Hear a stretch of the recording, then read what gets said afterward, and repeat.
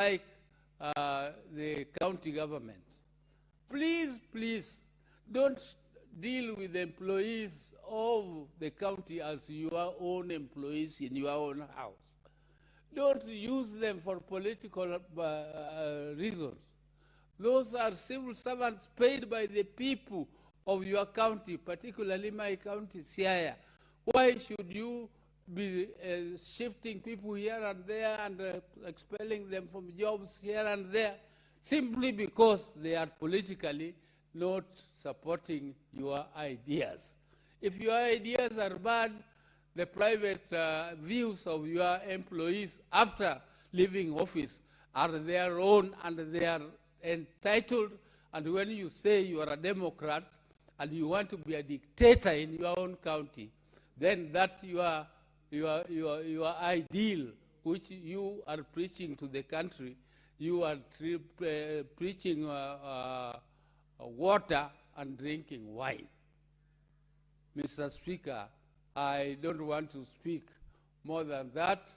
I think I have given my views on this issue of this bill of division of revenue.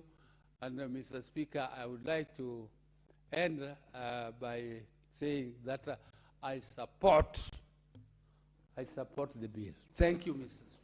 Thank you, Senator Oburu, for supporting the County Allocation of Revenue Bill, Senate Bills number 10 of 2026. Senator Kisang. Thank you, Honorable Speaker. Honorable Speaker, on the onset, I want to say I support the bill. Honorable Speaker, from what we had last week and also what we are discussing today, Honorable Speaker, we have gotten additional 13 billion compared to last year's 415 billion, Honorable Speaker. And the committee that was mediating made a lot of effort, and that's why we were able to get 13. But I want to tell them, last year, where I was a member of the mediation committee, we were able to lobby and we got additional 30 billion from 385 to 415. So next year, they need to put more effort so that we can at least go to the 450 billion that was agreed upon in the NATCO report.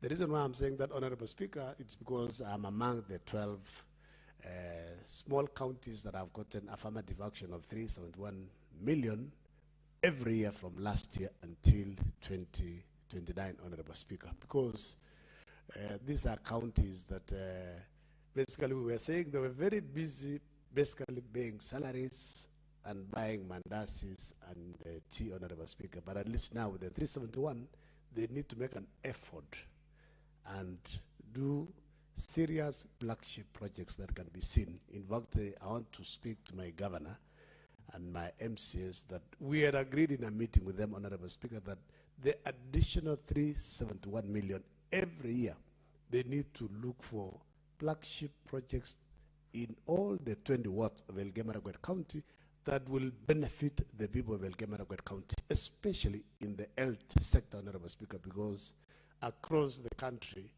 we have issues in the health sector because we don't have machines, we don't have MRI machines, we don't even have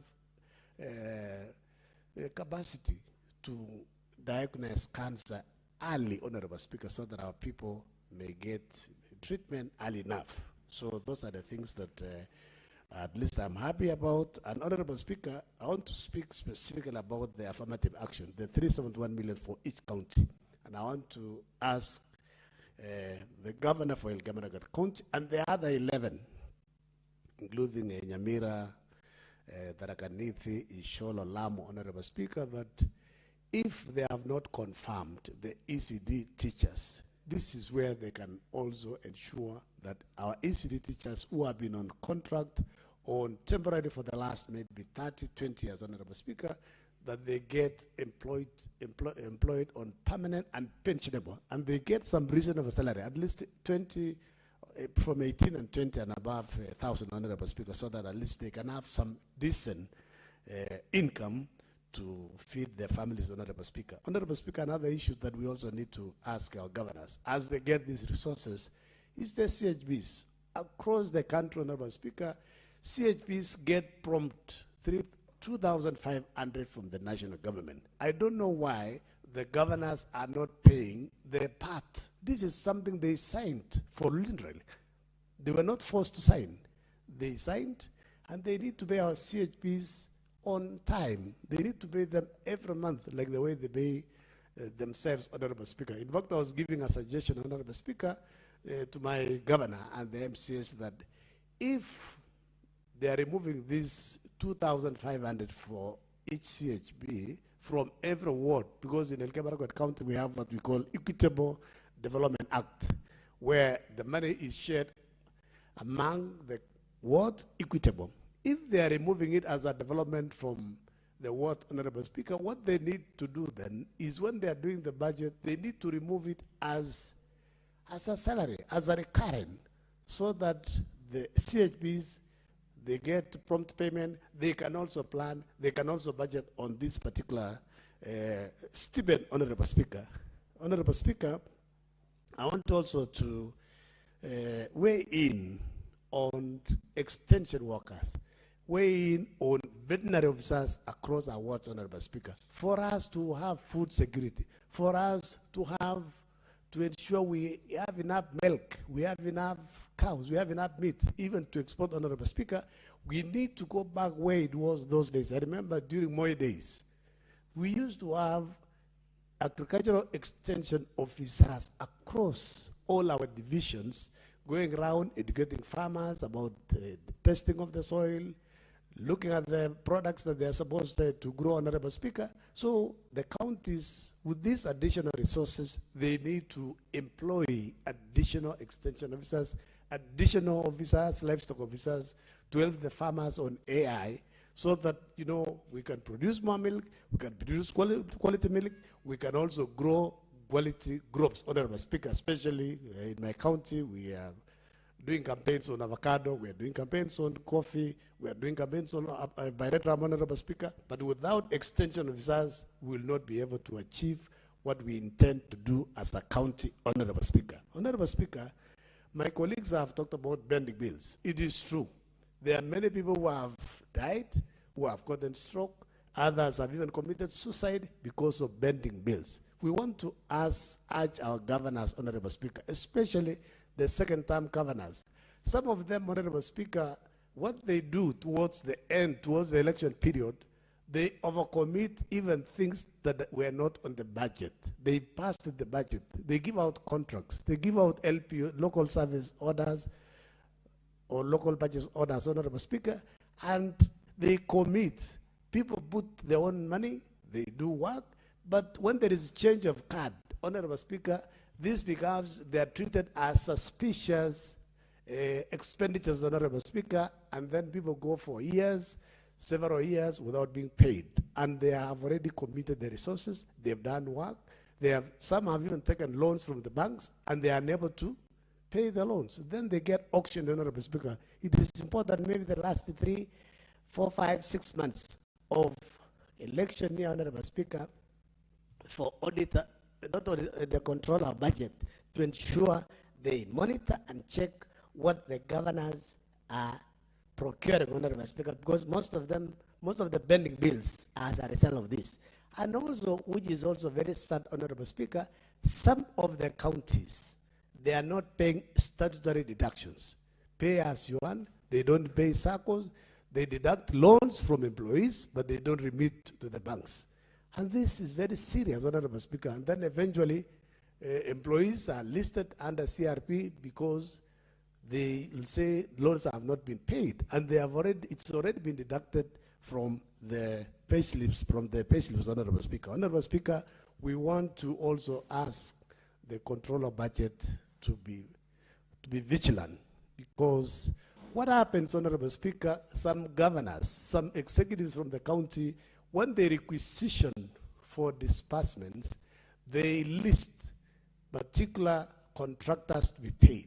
But as soon as the money lands at the county CRF, Honorable Speaker, in their accounts, they divert. They pay other suppliers, and they don't pay the people that had been listed originally when they were going to control a budget to pay.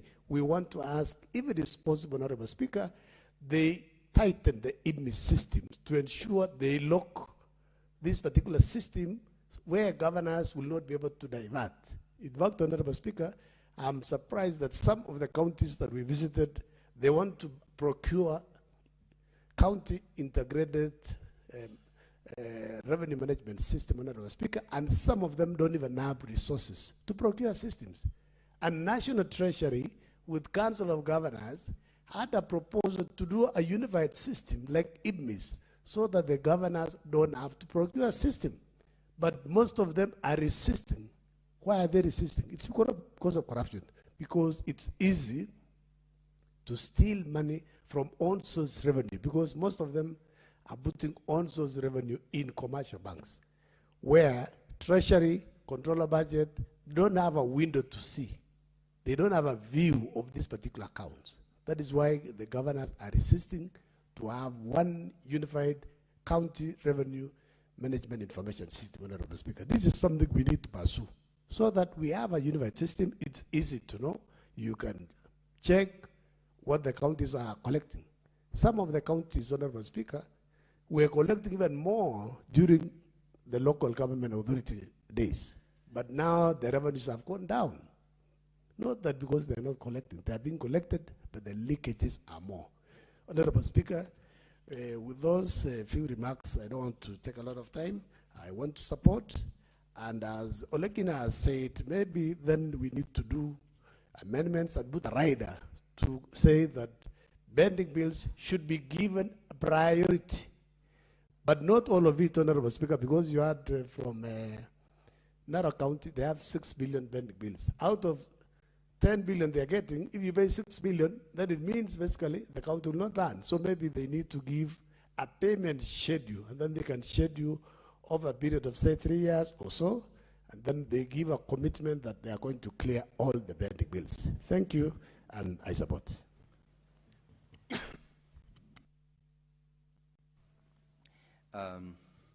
Senator Onyonka.